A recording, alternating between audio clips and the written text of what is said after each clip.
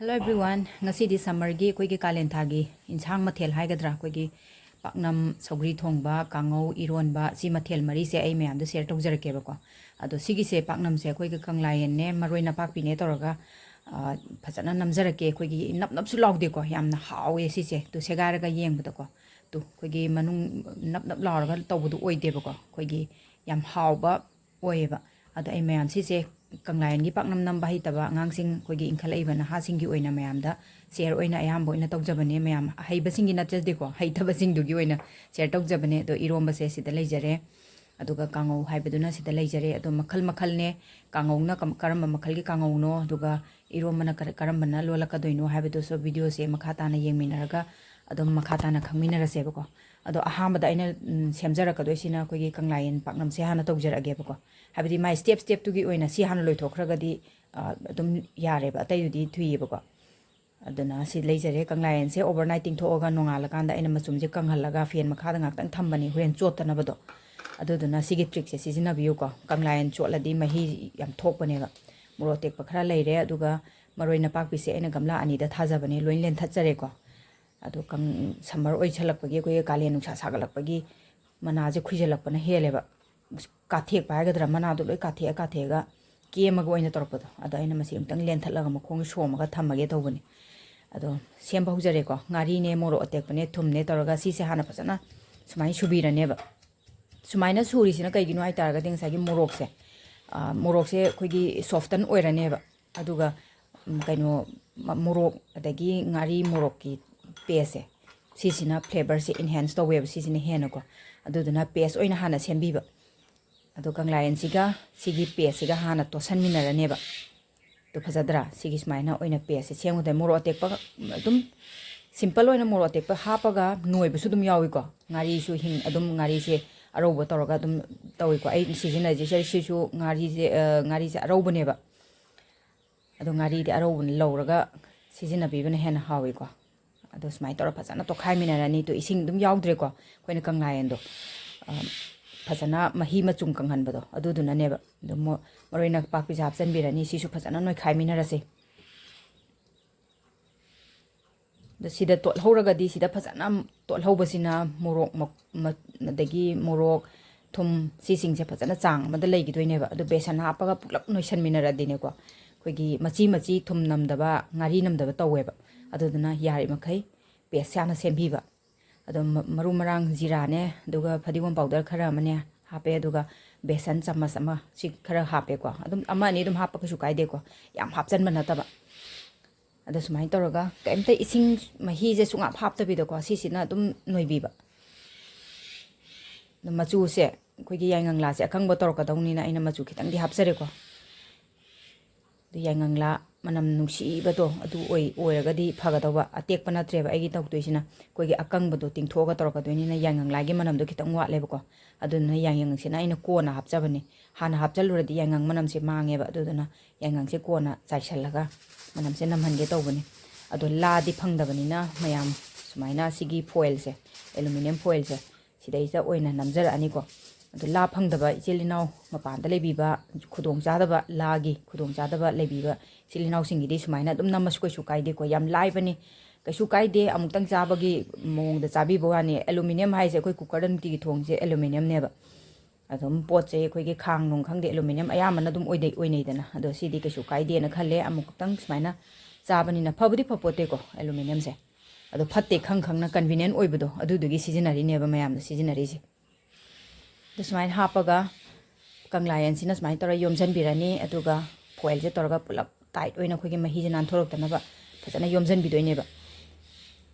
ado mayam atekpa manan oiragadi amu ena su hawgodamni ko ado upai lejadre mayam sumaina akangba yumdei khara pujarakpane adudo tingthoga sumaina yomjan jare ko ado la phangdragadi sigi technique se dum sijina bibe yare yam kanaba mowong ni ko sise ado sumaina toroga sisi maton se phajana tight oina yomjan birani koigi magi kaino je manam je mangdanaba mahi machum chendaraktanaba do ado sumai taraga tawa amada sumaina thangat pirani aduga kitang heavy oiba pot te aina sum thirakpa kana nung ama aina khulure phasan chamthok jare ko aigi kitchen garden da leiba do Sumain taraga kangshoi se mu thongjarage saugri se. Saugri thongbudi mayamna dum khangbire ko. Ado aina clip se kitang lahobagi aina mayamda share tawjare. Sumaina moro atekpa maroi napakpi tilhau ngari taraga si hana saugat halaga sing kitang hapsanjarani. Ado makum khumjalaga boil to hala matungda moise mulle hai kanada saugri je hapsan birani ko. Aduga amutang otpirani. Saugri hapadi yam kana otpirunu hainei ko. Aduga bori atawbo je hapsan birani. Aduga si phadigom hapchalaga ingda halaga dum loire ko. Ado ingdara kana phadigom se ingdara kando ina hapiyo ko. Ingda ba habidi thangdaraga sauringe da hapchalaga di koigi manam se mange ba phadigom gi. Aduduna mai thaktegi thangdara matungda phadigom je hapiba. Aduga mathangi recipe sina koigi ironba se aina ngasai ironba ma utkibudo sisini ko. Koigi Bhelendri ne moro atekpa ne alu ne kitang tawraga sima iron naba kamjare ko. Ado si kaminge marak sida ko amadu su tawada thangkatle ko. Adumaina ngasai gi tawagi do ola ga hauraga kano yairaba matungda koina check tawbirani. Mulamdraga di thangkat pidoine ado mulamane na khalle ko aina tariat ni palak ola ga ngaktang minute manga taradi aina ola ga yairaba ne. Ado khara mana di koigi cooker da hana kam thoga steam mana tok thoga yaib su dum yawi ko adu su kaisu kaide adubu sise aina steam tok thoga ha sabdo adu du nataba smaini yairaga sabsu ma hausi kamai tawge ne yenge tawbuni yam hawi sise. Ado mayam sita leijare ko yam su hawi sigi paknam se beson yam hapsan bidaba ko. Ado beson yam hapaga di chanap chan laron hauteba ado kitang sai boi kai boi tawraga napsan na bagi mong do adu dang tawraga tawbirani. Aduga kangau se mung haujarage kangau sina khoigi Bhelendri ki kangau oidoini adubu ai Bhelendri na yam di yam oiko adu smaina Bhelendri ngau se kamai ngauge yam crispy oina khoigi mahi langdana kamaina Bhelendri se ngauge dage haitaga di moroi marang jing de ngaurba matungda alu sha hana fajan ngaubiroba alu sha hana mulhala jeba thumma pani thumma paga di dum tuna munjan mani ko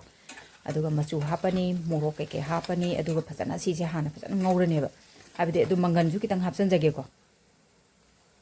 Morok mangan se alu sina tangkai mulapay do hap mujulapay do de mangan hapani aduga sise mangan ne alu ne sise hana munna ba ngaudoy ne ba ado maru marang morok lagi hapaga Bhelendri sina nangdana ba mong dadi akoina mapum oiring de jam hogada ba aduga mahi je koigi phida kanghalle dana habedi taitho edana ising chotana ba aduga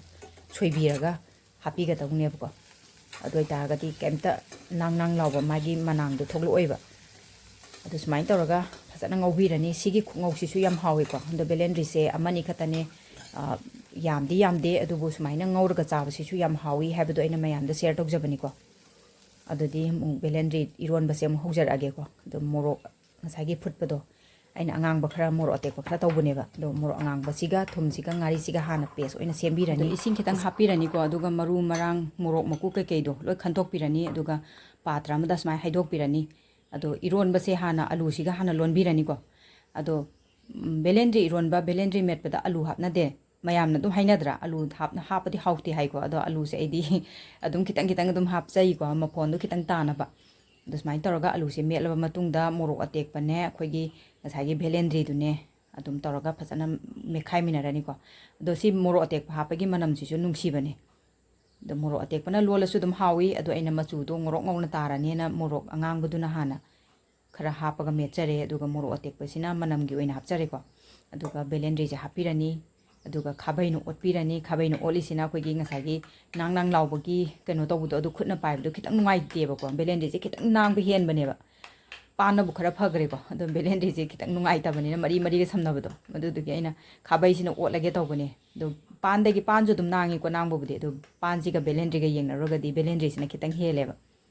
aduduna khabaina smaina okhai minarani ko adum si loiraga dum maroi mapangjing jo hapsan biraga loire sidai sida ado mayam mathel sing se loirabani na ei chakluk su sem na bai haujarage ado mathel sing sigi matang da su dum comment da suggest tobiramu kari kamai thongana hen hauni habida su mayam dagi suggestion do kitang pibiramu ko ado hauni hauroi habida su habiramu da maroi mapang hapsan jare sida loire ko